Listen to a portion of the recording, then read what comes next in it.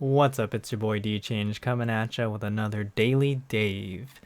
It's Tuesday, March 24th, 2020, for only the next 9 minutes. But I digress. So, COVID-19 update today. Cases spiking in like the hundreds or whatever because of New York City. Sad times. Not cases, deaths. Jeez. So the data is finally catching up to the reality, and we're going to see our rise on the graph. Eventually, if this is all handled, we'll see the flattening out, the plateau, and then we'll get into a situation where recovery counts will increase. Hopefully, we can maintain some sort of sanity when it comes to the pressure on our healthcare system. And then we can finally, head towards a downward trajectory. But that's generally all I have to say about that. Oh, well, so I did consume a lot of coronavirus related content today, but I was gearing a lot of it towards, say, like how to handle the situation and what we can do. But it is a little disconcerting to hear that, like, healthcare workers are already, even like last week, they were already feeling kind of overwhelmed, burnt out, basically forced to reuse equipment and stuff like that. So it's still a case of like, I think it's going to get a lot worse before it gets better. And that's unfortunate. Where I work, apparently there's multiple positive cases, and our healthcare workers are also complaining about lack of equipment and protection. And that just kind of decreases morale, so that really blows. Yeah, and in this time of uncertainty, it sucks because, like, we're all distanced, we're all working from home.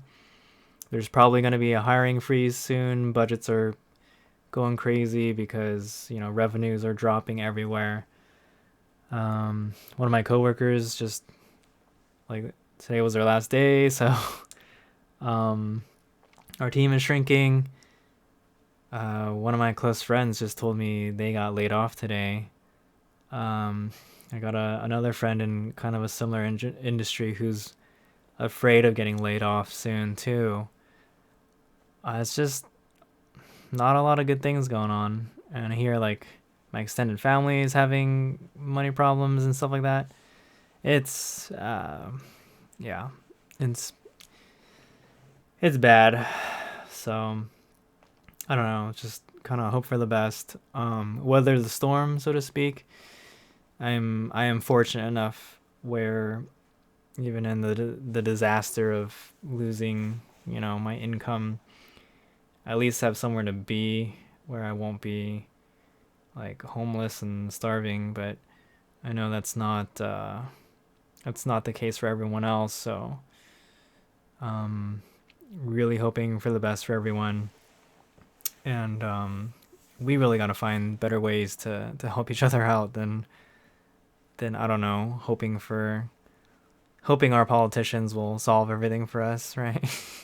I guess that's the American ethos. It's like, you gotta take care of yourself, we're in the frontier. But at the same time, it kind of feels like just doesn't make a lot of sense, for us to just kind of, I don't know, let people go like that or something. I don't know. Can't articulate it very well right now. But one interesting alternative take on the R naught thing I talked about yesterday with coronavirus is that so I was saying, if you base it on an R naught of 3, after 10 transmissions, you will infect like 59,000 people, whatever, or 10 levels of transmission.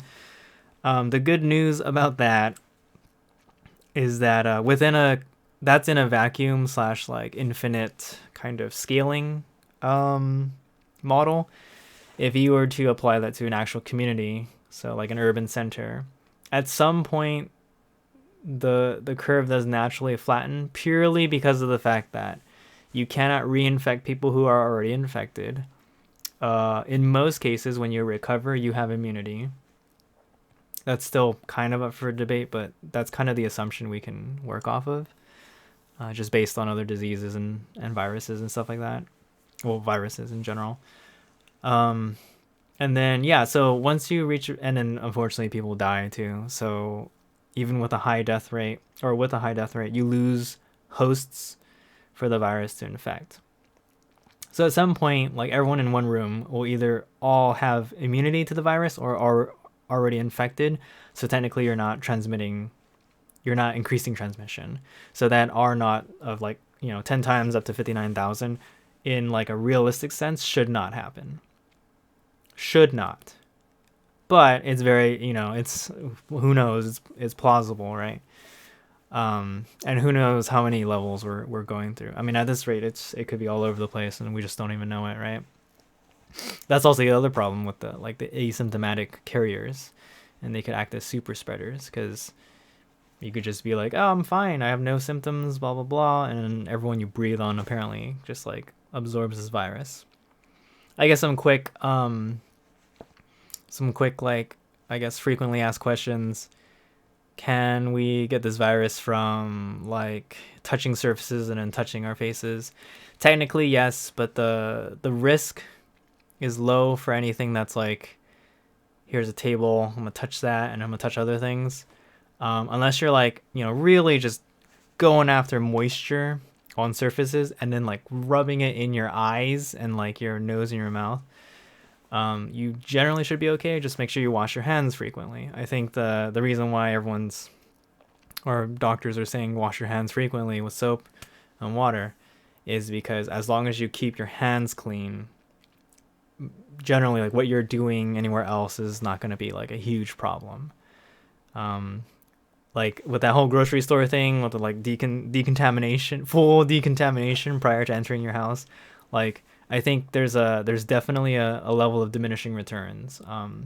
And that's why I think the most highly recommended action to take is to just wash your hands frequently, cover up, so that even if you are asymptomatic, you're not infecting everyone else.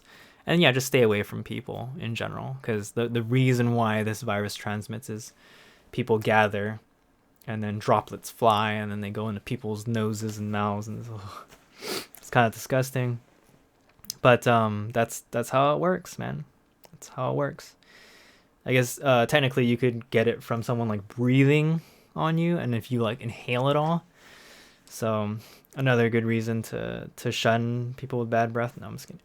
Offer them the gum, put the mask on, walk away 6 feet away. I also saw a video stating that like 6 feet is like as wide or wider than a sidewalk, so we shouldn't even be sharing sidewalks. Just, I don't know, stay at home, try to be the lone person on your path, unless you're with people you're quarantined with or sheltering in place with. Yeah, just stuff like that. They've been studying the virus. Scientists and them have been studying the virus, and they're trying to figure out like how long does it live on surfaces. It seems fairly resilient for like I guess for its type, because it gets destroyed by soap pretty easily. That's very typical of a virus like this. But then yeah, you got stuff like, hey, this virus can live on, I don't know, like steel for like 24 hours. It's like, whoa, it's kind of unexpected, so to speak. But does that mean you should, wipe your cardboard boxes with Clorox wipes every single time Amazon drops off a delivery? I mean, if it makes you feel better, I think, go for it. But you could probably save those wipes for yourself, or like after you open your package, just go wash your hands, right? So generally that's the idea. The reason why you don't touch your face is because that's the easiest way for you to bring the virus into yourself or whatever. And then there's also the idea of like ingesting it through either liquids or foods. And technically, if it's not going into your respiratory cells, like you're fine. Like your stomach acids will destroy the virus. That should be okay. But there is that interesting idea that a lot of the patients, especially in China, did report like gastrointestinal problems. So I think it's like I don't know if it's like a side effect or it's part of like the virus, the what the virus does to you, or like your body's response to it. I don't know. It might be a case of like your body's response is very strong against the virus, and you just basically want to, crap it out, so to speak. So yeah, I mean it's interesting. There's just a lot to learn from this whole situation. So um oh, one last like unfortunate happening before we try to make this more positive. I saw the video yesterday late at night of the Uber driver from Hong Kong, and like three people get into his car and they're like, "Where are you from?" And he's like, "Hong Kong." And they're like, "So coronavirus, right?" And they just, I mean, they're like obviously drunk and they're just laughing, but like the look on his face where you can tell like, his like self-esteem is gone, like his whole night is ruined from this. It just really sucks. It really sucks. um yeah, and it blows because then like from what I hear on Twitter, I mean I found this video on Twitter. From what I hear, like the writers were like, they were laughing about it for a while, and they're like, "Hey, I'm sorry, he put me up to it, like it was like a bet." And then they're like, "Yo, if you want us to leave, like, well, we can totally do that, man. Like we'll just take off." And he's like, "Yeah, sure." So he stops the car, they get out, and then they leave him a 1-star rating. And it's like, whoa, dude. Ah, man, it's people suck. So like people have been like contacting Uber and stuff like that, and Uber's just like, we can't remove ratings, but we're looking into this case. And because like the Uber driver himself like posted the video to YouTube, their faces are shown, and I think people have been able to like or they found the video, the people who are like in the video, and so they're like filing a privacy claim against him.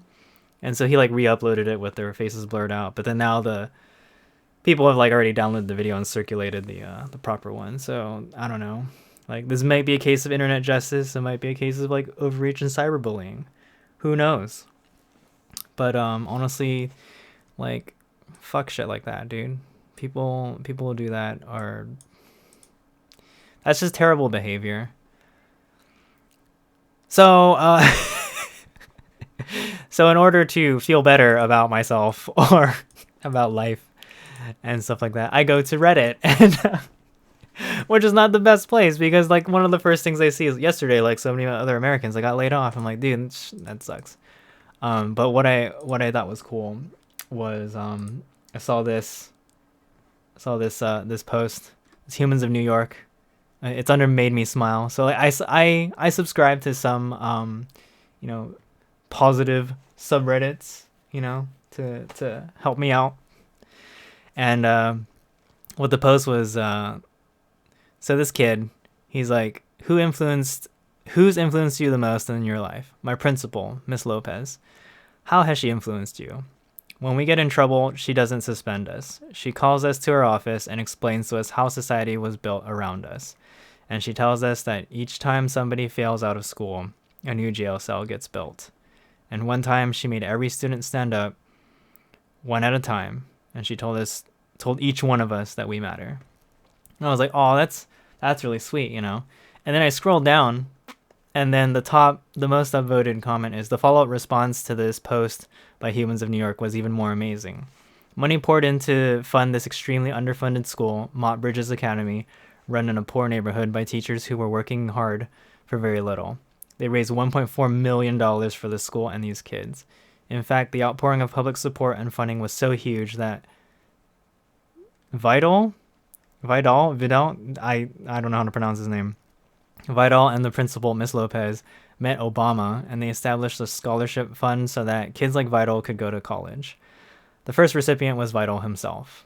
And so I clicked on this link, right? And it's like Indiegogo. And you can see here that... Wait, does this work? Oh yeah, dude, that pencil. You can see here that the flexible goal was $100,000, and they raised like 1.4 million. I'm like 1,418% of the goal, and I'm like, that's incredible. So I was really happy to see something like that.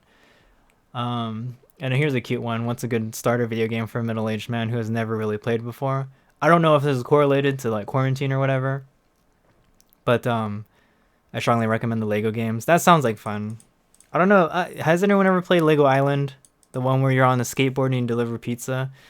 Because that was an awesome game, and I personally feel like something like that hasn't come out since then, but I could be completely wrong because I've actually ignored all the Lego games. Ironically, I used to love playing with Legos in real life. Maybe I didn't like to simulate it or something. And then some people are saying like big adventure games, Overcooked and Overcooked 2 are some of the best, some of the most entertaining, family friendly, easy to understand games around. And then it's like Overcooked is like Monopoly. If you don't hate your family, this is a great game to do so. And then someone always breaks up over a game, and sad times. I started with a game called Super Mario Brothers. So it's, I don't know. There's Portal 1 and 2. Yeah. I'm down with that, dude. And then for some COVID-19 bright side news, there's hope for us all. 100-year-old man and 103-year-old woman survived coronavirus. Great. Super down. Oh, am I? So I use uBlock Origin on like hardcore blocking mode or medium, and so it like kills off. Yeah, get out of here. It kills off like images and stuff like that. But here you go. Let's humanize them. Here you go. Pictures of people in beds. Oh my gosh. Okay. Anyway, I wanted to experiment with Epic Pen and like recording this on OBS instead of like my webcam quick software or whatever. See how that went. Oh, one last thing was how did I get to this site? Partners in Health. Oh geez, I don't know where I either got here from like a podcast or a newsletter. But let's just go through the top 10 practices of, what is the headline? 10 mental health tips for coronavirus social distancing. All right, top 10 practices. Number 1, social distancing does not mean emotional distancing. Use technology to connect widely. That is true. Today, my family and I all got on a video conference call, and we sang happy birthday to my niece because it's her birthday. And she got to cut a cake. Or no, she didn't get to cut it. She got to blow out candles on a cake. And yeah, I think she really enjoyed it because we're all like loud and laughing, and she kept telling us to stop laughing, but it was fun. Number 2, clear routines and schedule 7 days a week at home. Don't go overboard. Oh, as in like have an actual routine and a schedule. Yeah, that actually helps a lot. My life for the longest time, still to this day, could be a lack of a routine, and it's awful. It's like, why am I even alive? So have purpose in your days, even if it's like one simple thing, like take out the trash or water the lawn, or water the plant. The plant needs to live, dude. That's your purpose for the day. Don't forget it. I have a journal called 5-Minute Journal, and it basically asks you to like list 3 things you're going to do that day. And it actually, as tips, it literally tells you to like make them easy or make them, you don't have to save the world every day, that happens when you over time practice and put a lot of work into something. And so sometimes, all you need to do in a day is like, hey, get that one task done that you haven't done. Like, at work, you got to write up a report, do that. Or, hey, there's an email you have to send to an important person, do that. Or, even like read 5 pages of a book you've been meaning to read. I think I've used that one before. So, yeah, that's clear routines and schedule. I like that because especially when you're working from home, you can really lose track of, I don't know, sanity, so to speak. Number 3, exercise and physical activity daily if possible. I don't know if you can even read any of this because I just realized like how small I look. on the screen and whatnot. But yeah, exercise daily. Don't do that at all. I got to get on that. Number 4, learning and intellectual engagement. Books, reading, limited internet. Ha! Limited internet. My life is the internet. Number 5, positive family time. Working to counter negativity. Yeah, especially when you're gonna be if you live with your family, you're spending a lot of time with them. You might as well, make it pleasant or try to. Alone time, outside if possible, but inside too. But remember, don't isolate. Okay. I think I'm gonna try to sit outside in the sun for a little bit, or like, I've been meaning to go walk around my neighborhood or to like the neighborhood park, like after lunch or something, just to get some steps in, like I used to do at work. But because of this whole kind of pandemic thing, I've been like, I don't want to. Also, I was really busy today. It was like there's a lot of stuff going on today, and I just didn't have the time to go out. Also, when the weather is bad, so it kind of detracts. That's why like rainy days suck, right? Focus, meditation, and relaxation. Definitely want to get back on that meditation train. I've tried Calm, I've tried Headspace, I've tried Insight Timer. They're all actually pretty good. I don't know what it is. I think I just need to start up again. I also have Sam Harris's Waking Up. I have a subscription to that. So that's like the most investment you could, one of the ones that you would pay the most for, ironically. And I'm still not meditating. It sucks. I don't know. It's terrible. This is like a true first world problem. But yeah, with the other ones, you can use their trials, or Insight Timer is like not completely free, but you can basically use it for free really easily. It's just that there's a bunch of like paid options you can go into. I mean, all of them kind of have something like that. Headspace might be a trial only, but I think Calm and Insight Timer, you can do a fair portion of meditations for free. And it's just like extra stuff that you might want later on will cost you. Number 8, remember the things that you really enjoy doing that you can do in this situation and find a way to do them.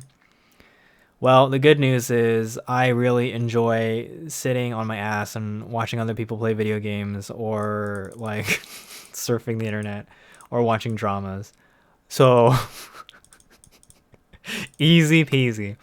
But no, there's other things you can do that are like, I've had this jigsaw puzzle I've been wanting to put together. Damn. Still up there in this storage box. I can see it right now.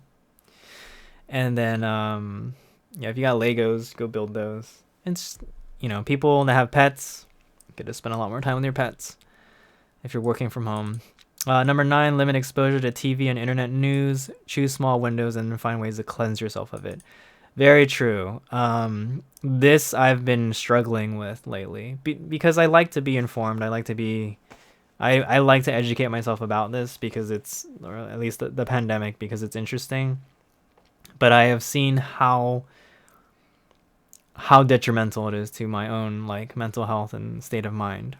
I get way exhausted from consuming like the political side of it, and then like the sad stuff, and then like the numbers, like just chasing the numbers, and yeah, it's crazy. So at least for today, I feel like I did a really good job, because if anything, I was listening to podcasts from like today. I focused more on people who are like doctors, epidemiologists, virologists, who purely just talked about like the virus itself, how it behaves, what we could be doing. Sadly though, that revealed how like terrible our initial response was as a country. So it just got me back into the mood of like, oh, our poor healthcare workers, And then last but not least, bathe daily if possible to reinforce the feeling of cleanliness. I would hope we're all bathing daily, but there is that movement of like, no poo, no shower.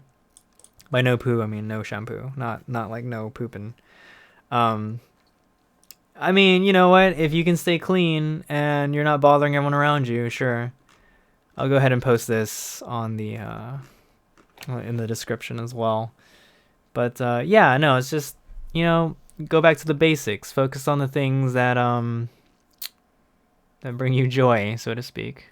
Clean your room, clean your lobster, stuff like that.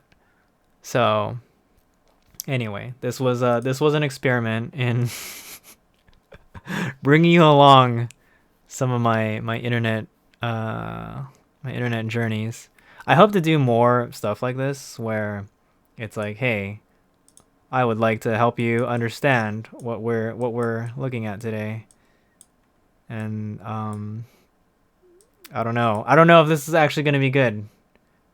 I don't I'll think of a better thing some other time.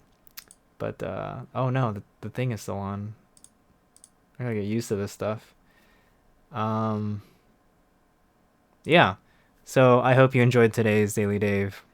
I enjoyed making it. Just remember to keep calm, love yourself, love your loved ones, keep in touch, wash your hands, and yeah, stay safe. Until the next time, peace out.